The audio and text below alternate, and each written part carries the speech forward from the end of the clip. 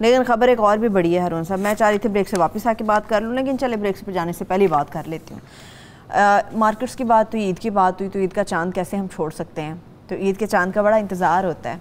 वो इस दफ़ा भी फवाद चौधरी साहब कह रहे हैं कुछ मामला गड़बड़ हो जाएगा, कमेटी बंद कर दो, ख़त्म कर दो। नावक न तेरे सैद न छोड़ा ज़माने में, तड़पे है मुर्ग कबल नुमाशन, को फसाद का बहाना चाहिए फवाद साहब को।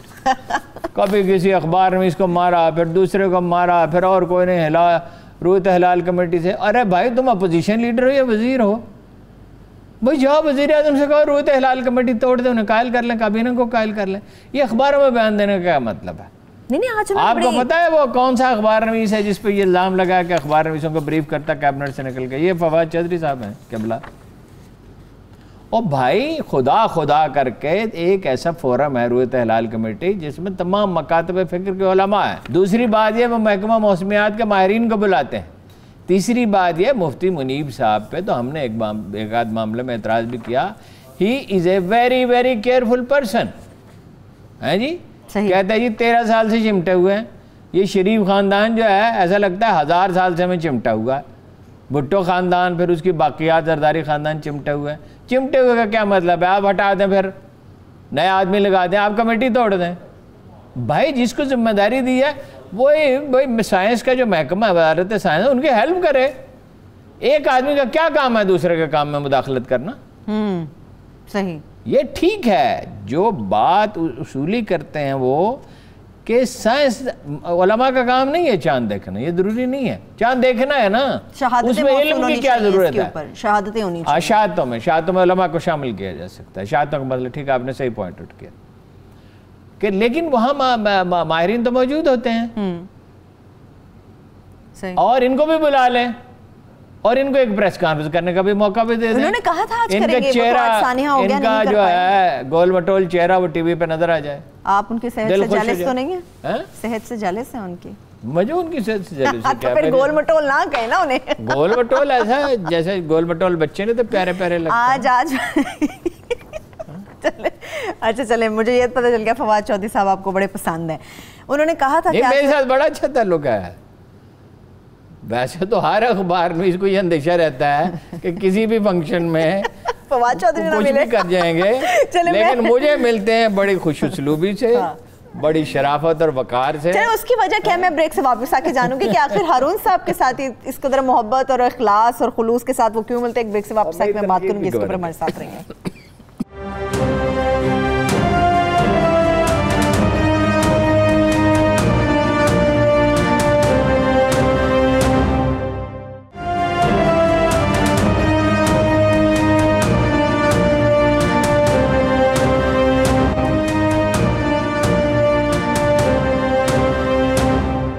ब्रेक के बाद एक बार फिर से प्रोग्राम में हम आपको खुशामदीद कहेंगे। अभी जो ताज़ा तरीन खबर है पोपल साहब से मुतालिक, वो फवाद चौधरी साहब के साथ एक हो गए हैं। उनका ख्याल है कि इतवार की ईद होनी है और इतवार को ही वहाँ पे मनाई जाएगी। बस मुनीब साहब पीर के ऊपर रुके हुए हैं।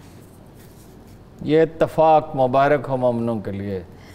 यकजुबां है फ़कीहान शहर मेरे खिलाफ। बड़ा मुश्किल लगता है मोमिनों को। मुफ्ती मुनीबुर रहमान को ये शेर पढ़ना चाहिए कि ये इत्तफाक मुबारक हो मोमिनों के लिए कि यकजुबां है फ़कीहान शहर मेरे ख़िलाफ़।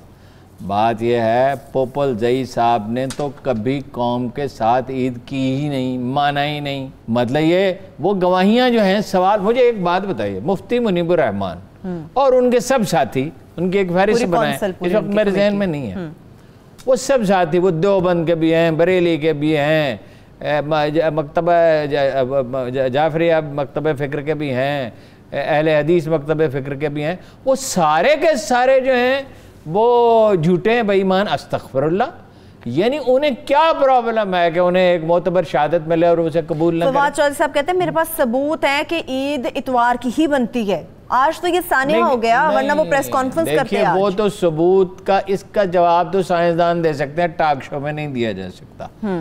अगर वो उस दिन चांद नजर आएगा और गवाही मौजूद होगी तो कोई ना कोई बता देगा ना उन्हें क्या पड़ी है, उन्हें क्या हासिल है।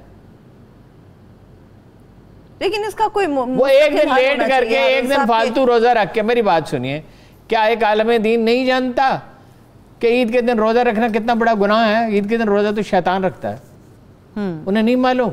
मुफ्ती मुनीबर रहमान साहब एक रोज़ा फालतू क्यों रखना चाहेंगे, और उनके जो साथी उलमा है वो क्यों रखते हैं? ये आप फवाद चौधरी साहब से पूछे ना, आखिर उनके क्या नहीं, मैं फवाद चौधरी साहब से क्यों पूछूं? फवाद चौधरी साहब से कोई फवाद चौधरी साहब से वजीर आजम नहीं पूछ सकते कि भाई ये आप बिला जो बयान जो बातें काबीना में डिस्कस करने की हैं वो बाहर आप क्यों बयान देते हैं?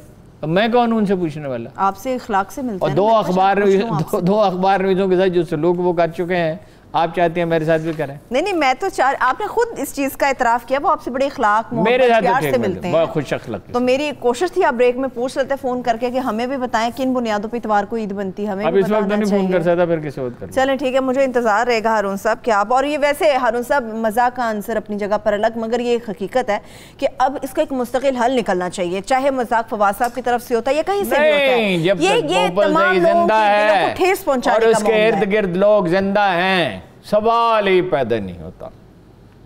आप 30 का अगर करेंगे ना, वो 29 की कर देगा, बल्कि 28 की भी कर देगा। वो उसका मसला शरीयत नहीं है, उसका मसला अपनी अलग शनाख्त है। वो कुछ लोग होते हैं जिनका काम ये होता है कि अक्सरियत जो करेगी वो नहीं करना, सही, यानी कि वो हमेशा उनसे मुनाफी इक़दाम उठाते हैं। अच्छा, और उनका इख्तियार क्या है? रियासत के होते हुए पाकिस्तान दुनिया का वाहिद मुल्क है जहाँ मदारस और मसाजिद में हुकूमत के ख़िलाफ़ तकरीरें होती हैं और बाद औक़ात गलत बयानी होती है, झूठ फैलाया जाता है। वो जो लाल मस्जिद का किस्सा था, बड़े बड़े मोतबर लोग कहते थे 200 बच्चियों और औरतों को मार डाला और उनको दफन कर दिया।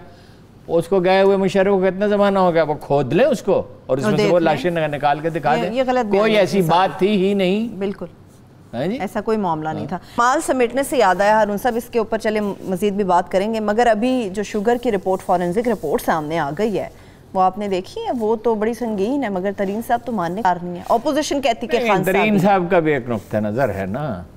तरीन साहब ये कहते हैं कि मुझ पर ये इल्ज़ाम दुरुस्त नहीं है कि मैं कम कीमत अदा करता रहा हूँ, और जो उन्होंने प्रेस कॉन्फ्रेंस में कहा दोहरे रजिस्टर रखे जाते हैं रिपोर्ट में तरीन साहब के बारे में नहीं है। ठीक है ना, ये उनका नुक्ता नजर है। जो फर्दर इंक्वायरी होगी तो पता चलेगा। ये तो रिपोर्ट है ना, इस पर इंक्वायरी होगी या अदालतों में जाएगा। वैसे एक बात है, आप मुझे बताइए, इसमें कौन सी बात है जो हमें मालूम नहीं थी? ये ज़रूर उसने वाजिद ज़ाहिर नहीं है कि हर चीज़ डॉक्यूमेंट कर दी, तमाम पहलू वाज़ेह कर दिए। हमें मालूम था किसी भी पेशे, किसी भी शोबे में सब लोग बुरे नहीं होते, हाथ की 5 उंगलियां बराबर नहीं होती। देखिए बेशतर लोग जो हैं वो पूरे पैसे देते ही नहीं हैं।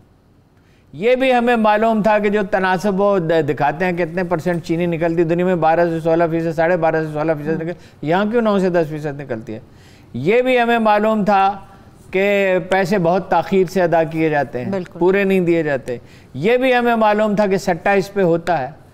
ये भी हमें मालूम था कि मसनूई तौर पर गिरानी पैदा की जाती है। और दूसरी जो इस रिपोर्ट में एक बात है वो ये है कि इजाज़त तो वज़ीर आज़म ने दी, काबीना ने दी। सही, बिल्कुल बिल्कुल। इकनॉमिक कोऑर्डिनेशन कमेटी ने इजाज़त क्यों दी? उनका जिक्र क्यों नहीं है? ये तो नामुकम्मल रिपोर्ट है। और रह गए उस्मान बुज़दार, वो कहते हैं मुझे याद ही नहीं है। ये वज़ीर आला है पंजाब के, जिनको 3 अरब रुपए का मामला है, कोई 200-300 रुपए का मामला, 2-3 लाख करोड़ का मामला नहीं है कि आदमी भूल भी जाता है, इंसान भूलते हैं। लेकिन इतनी बहस हुई, इतनी बहस के बाद तो भूली हुई बात भी याद आ जाती है।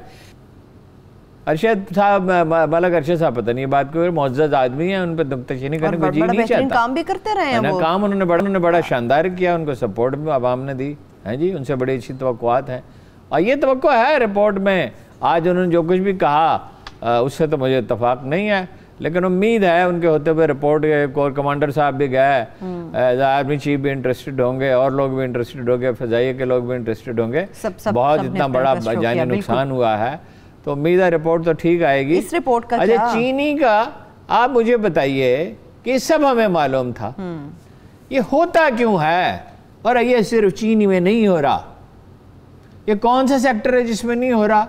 जो कपड़ा फैसलाबाद में बनता है वो अगले दिन कराची में जाली बन रहा था, जो कराची में बनता है अगले दिन फैसलाबाद में बन रहा होता है। आप सही कह रहे हैं। आप किसी सेक्टर में चले जाएं, ऑटोमोबाइल्स में चले जाएं, हमारे यहाँ जो गाड़ियाँ बन रही हैं वो इन्फीरियर हैं, उसमें वो सेफ्टी सिस्टम्स नहीं है। यही गाड़ियाँ आप कहीं चले जाएं, उसकी वजह यह है कारोबारी तबका बड़ा बारसूख है, उनके लोग ब्रीफ केस लिए घूमते रहते हैं। देखिए ना, मरकजी हुकूमत ने कहा कि सूबाई हुकूमत चाहे तो दे सकती है, सूबाई हुकूमत तअम्मुल करती ना, ऐसी कॉलेज से दौलत के अंबार पड़े हुए थे, यहाँ 3 अरब रुपए दे दिए। भाई एक तरफ तो आपने आपका कास्ट जो है वो ज़्यादा बताते हैं चीनी की, ठीक है, यानी जो रिपोर्टें हैं उसके मुताबिक जो कास्ट रहती है 50-52 रुपए बिकनी चाहिए, 80-90 रुपए तक पहुंची, वहाँ तक पहुंची 80 रुपए तक।